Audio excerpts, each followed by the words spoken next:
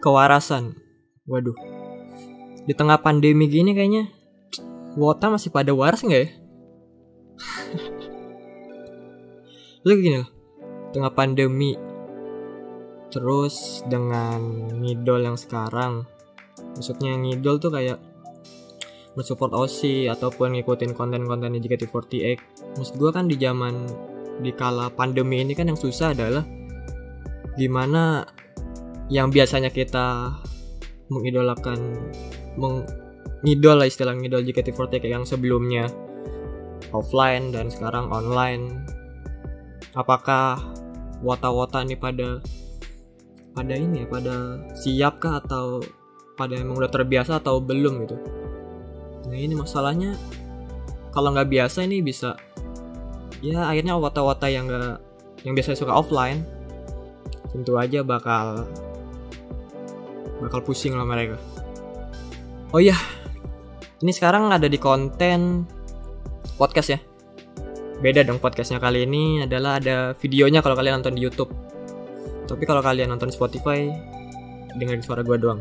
Nah, gimana nih kabar kalian nih sebelumnya? Gila, gue jarang bikin konten, kayaknya jarang nyapa kalian. Gimana kalian sekarang, atau apa yang sedang kalian lakukan gitu di tengah pandemi seperti ini gitu. Makanya gue berharap kalian baik-baik aja, jangan sakit-sakit, karena susah men. Lo sakit apa gitu ya, sakit sedikit nanti curiganya COVID. Ya sebenarnya itu udah dari kemarin sih, cuman gue agak ini aja, ngeri aja kalau misalnya sakit sedikit kayak gitu. Jadi bawaan nanti disangka COVID lah, disangka apalah gitu. Emang susah sih.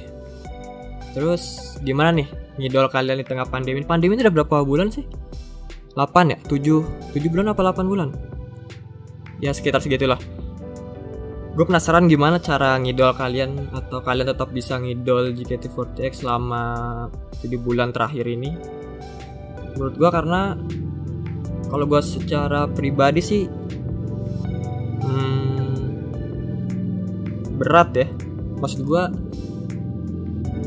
7 bulan gini ngidol, ini dunia idol ya, di dunia ngidoling. Maksudnya ya yang offline aja sebelum ada pandemi kan, kalau lagi bete atau lagi apa kan bisa ke teater, terus ketemu OSI, ketemu teman-teman yang gak dikenal di sana kan, walaupun jarang ngobrol juga di sana, tapi seenggaknya lo bisa berinteraksi, ngedengerin orang cerita di teater.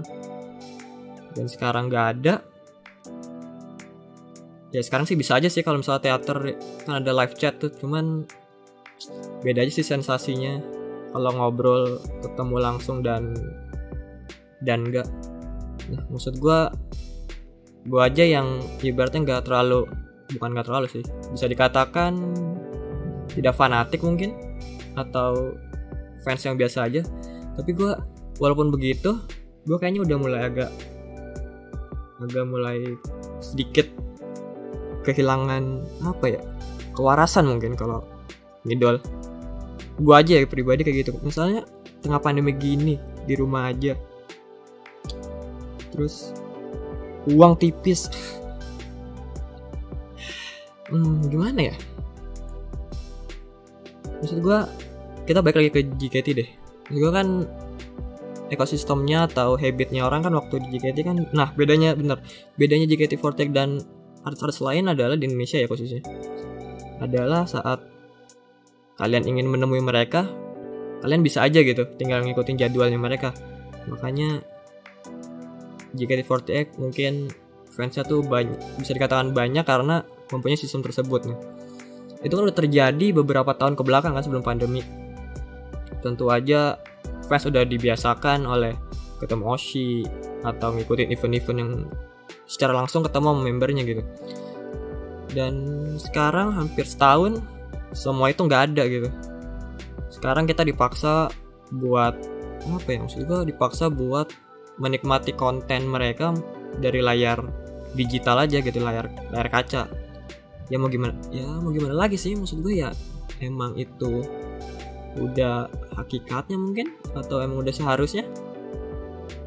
daripada nggak bisa nyaksin JKT48 sama sekali kan, seenggaknya masih bisa dihibur di balik layar kaca. Cuman gue mikirnya apakah fans atau wota yang biasanya ketemu Oshi gitu langsung AS ketemu atau berjabat tangan gitu kan, melakukan sentuhan. Sekarang mereka orang-orang kayak gini tuh apa ya, nontonnya JKT tuh di media sosial, di YouTube, di RCTI Plus, atau tiket.com. Gimana maksud gue, mereka tuh sekarang tuh perasaannya gimana maksudnya? Gue aja yang dulu aja waktu offline aja yang belum ada pandemi kan jarang-jarang ketemu sih. Cuman pas sekarang dipaksa buat gitu, gue aja, kok gini gitu. Apa enaknya gitu, apalagi kalian yang setiap hari atau setiap minggu kemarin tuh ketemu sih terus handshake. Apakah masih waras gitu? Susah. Nah mungkin ada yang masih terjaga kewarasannya, atau masih ada yang udah mulai berkurang. Kenapa bisa berkurang ya? Gue sih mengerti ya kenapa bisa berkurang kewarasannya. Lu dipaksa yang biasa ketemu OSIS, paksa enggak ya? Susah bro, susah. Contoh kasusnya kayak yang sekarang lagi terjadi. Oh iya, bukan sekarang sih, beberapa hari yang lalu mungkin. Gue baru baca berita hari ini, di hari Minggu ini tanggal 25. Gue tadi pagi baca berita kalau misalnya Sunny diteror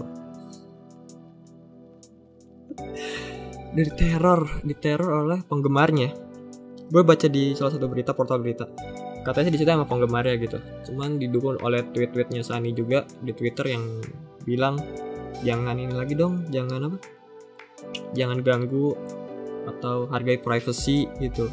Ya maksud gue ini adalah bentuk apa ya, kewarasan yang mulai berkurang gitu di fansnya. Ya emang salah sih ya, walaupun gitu kan dulu sebelum pandemi kan banyak kan fans yang ke Oshi suka neror juga. Kalau sekarang sih kayaknya lebih make sense ya di tengah-tengah seperti ini gitu. Ya banyak yang menghujat, ya gue sih setuju sama fans-fans yang ngebully dia atau ngasih peringatan ke dia. Emang itu nggak benar gitu, nggak baik. Seorang fans yang udah mulai mencampur kehidupan hidup pribadinya Oshi itu udah nggak benar sih. Cuman ibaratnya apa ya, mungkin gue sih bisa memaklumkan dia. Mungkin dia orang-orang yang waktu dulu aku mau ketemu Sunny tinggal teater, tinggal handshake gitu kan, photoshoot berdua, to shoot gitu. Nah sekarang kan aku mau ketemu Sunny tapi nggak bisa, teater nggak ada. Kalau nonton di layar kaca berasa kayak nonton drama atau nonton sinetron atau nonton anime yang tetap aja walaupun digambarnya 3D, 4D, HD atau apapun tetap terasa 2 dimensi gitu karena cuma layar flat. Ya gue sih kalau orang-orang berpikir seperti itu terus mereka kehilangan akal buat datang Sunny sih, ya gue masih bisa memaklumin lah, walaupun itu salah ya. Tetap itu maksud gue, dia punya alasan sih maksud gue ya, untuk apa ya, untuk biar dia tuh tetap terjaga gitu ininya, kesadarannya gitu. Di tengah gini ya gitulah, susah, apa susah sekarang, dipersulit juga, nggak boleh kemana-mana di rumah ya. Walaupun ada beberapa yang kotanya yang udah PSBB new normal lagi ya kan, ya, kalau bisa kemana-mana tapi tetap pakai masker. Tetap aja itu kan bukan berarti JKT udah bisa menggelar show mereka secara normal gitu. Tetap masih banyak pertimbangan kenapa JKT belum ada wacana untuk offline teater. Terus kayak gimana nih fans yang kayak gitu ya? Kewarasan tuh susah sekarang. Terus juga ibaratnya mau pensi ibaratnya, mau pensi, seorang fans mau pensi, tiba-tiba pas mau pensi kita disajikan video-video OC yang baru, video-video OC yang anjir nih layak untuk ditonton gitu. Akhirnya kita nonton terus apa, ingat lagi ke OC gitu, rasa suka lagi ke JKT tumbuh lagi. Cuman hanya sebatas anjir gue hanya bisa lihat dia men, tapi gue benci cuman bisa ngeliat dia di layar kaca, gak bisa ketemu. Gue mau pensi, tapi mau pensi disuguhi video mulu. Terus gimana dong? Mau ketemu langsung diomelin OC katanya jangan ikut campur pribadi atau jangan menteror. Kalau nggak gitu gila.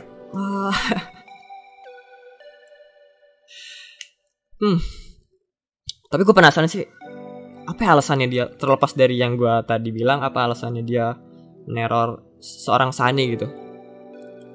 Kalau apa ya? Apa karena Sunny jadi menarik pembahasannya, apa karena bukan Sunny? Juga apa itu bener fansnya, atau apakah dia agensi pengen Sunny pengen aku jadi brand ambassador, terus dia ke rumah Sunny nelfon cuman karena orang ini grogi disangka penggemarnya gitu kan, mungkin kan, nggak, siapa yang tahu, kira aja seperti itu gitu kan. Ya terlepas dari itu emang salah sih, ya mau gimana, susah sekarang. Oh ya, kalau gue secara pribadi kayak gue menikmati ngidol gue di JKT udah mulai berkurang deh, nggak kayak kalian mungkin yang masih nontonin teater online terus ngikutin event-eventnya yang di RCTI atau yang berbayar, yang di tiket. Mungkin kalian dengan cara seperti itu, dengan cara mengeluarkan uang seperti itu untuk tetap kalian waras mungkin. Kalau gue kayaknya cara ngidol gue sekarang berubah adalah gue kayaknya udah melihat JKT sama kayak artis-artis lain sih. Maksud gue ya kan dulu gue bilang tadi, istimewa JKT adalah dia bisa ditemui kapan aja kan ibaratnya gitu, selama ada jadwalnya gitu. Sekarang kan mau ketemu ya nggak bisa juga. Nah, makanya gue berpikir kayaknya sama aja JKT sekarang sama kayak artis-artis band-band Indonesia lainnya gitu yang nggak bisa diketemui juga gitu. Makanya ya adalah sekalian rehat dulu mungkin, karena JKT juga lagi online. Gue ambil momentum ini sebagai gue kayaknya rehat dulu buat ngidol gitu. Maksudnya ngidol di sini adalah ngikutin dia secara ini ya, ngikutin dia secara full, kayak setiap ada konser gue beli, setiap ada teater lalu gue beli. Gue udah mulai mengurangi itu sih. Jadi kalau mau nonton ya karena pengen mencari hiburan aja gitu, tanpa mau harus bener-bener ngeliat JKT atau ini JKT gitu. Kayaknya gue udah mulai mengurangi itu gitu, karena maksud gue merasakan perbedaannya adalah ya gue kalau nonton berbayar online, ini pribadi gue ya, kalau nonton berbayar online misal teater, terus gue bandingin sama teater beberapa hari minggu yang lalu, maksud gue apa esensinya gitu. Gue ngerasa ya udah kayak nonton konser pada umumnya.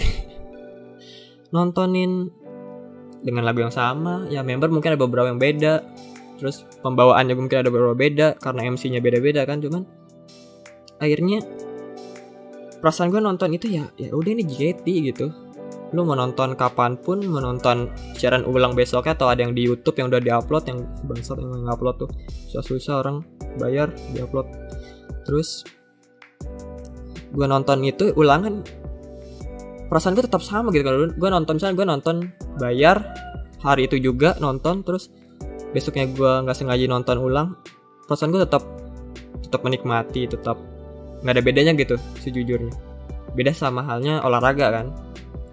Makanya gue minggu bulan-bulan ini kayak gue ngikutin beberapa olahraga yang nggak terkenal, tapi menurut gue ya untuk layak untuk diikuti live streamingnya gitu, kayak baseball, basket, bola, atau Ferrari. Gue MotoGP balik lagi gitu. Gue kayaknya udah mulai menikmati acara-acara mereka yang live gitu.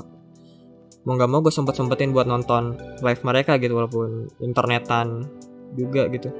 Karena apa ya, maksud gue kalau kompetitif kan dramanya tuh kan terjadi di saat itu juga gitu kan.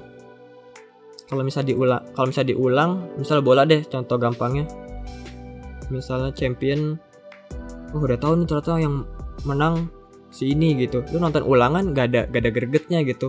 Udah tahu ini penyelamatannya segini banyaknya, kipernya ngeblok bola segini banyaknya gitu. Lu nonton ulangan gak greget, tapi kalau misalnya nonton langsung kan, walaupun online, walaupun hanya seberapa inci gitu di HP, tapi seenggaknya lu kiper nepis bola, terus penalti atau apapun itu, anjir nih, ini masuk gak ya nih, ini kalah gak, ini menang gak, yang perasaan itu yang perasaan kayak gitu yang walaupun lu mau dipindahin offline atau online, itu tetap terjaga gitu. Nah sedangkan kalau musik, apa maksud gue dengerin Spotify pun ngebayangin, depan gue ada Sunny, depan gue ada siapa, ada Grey, ada siapa, maksud gue tetap bisa gitu.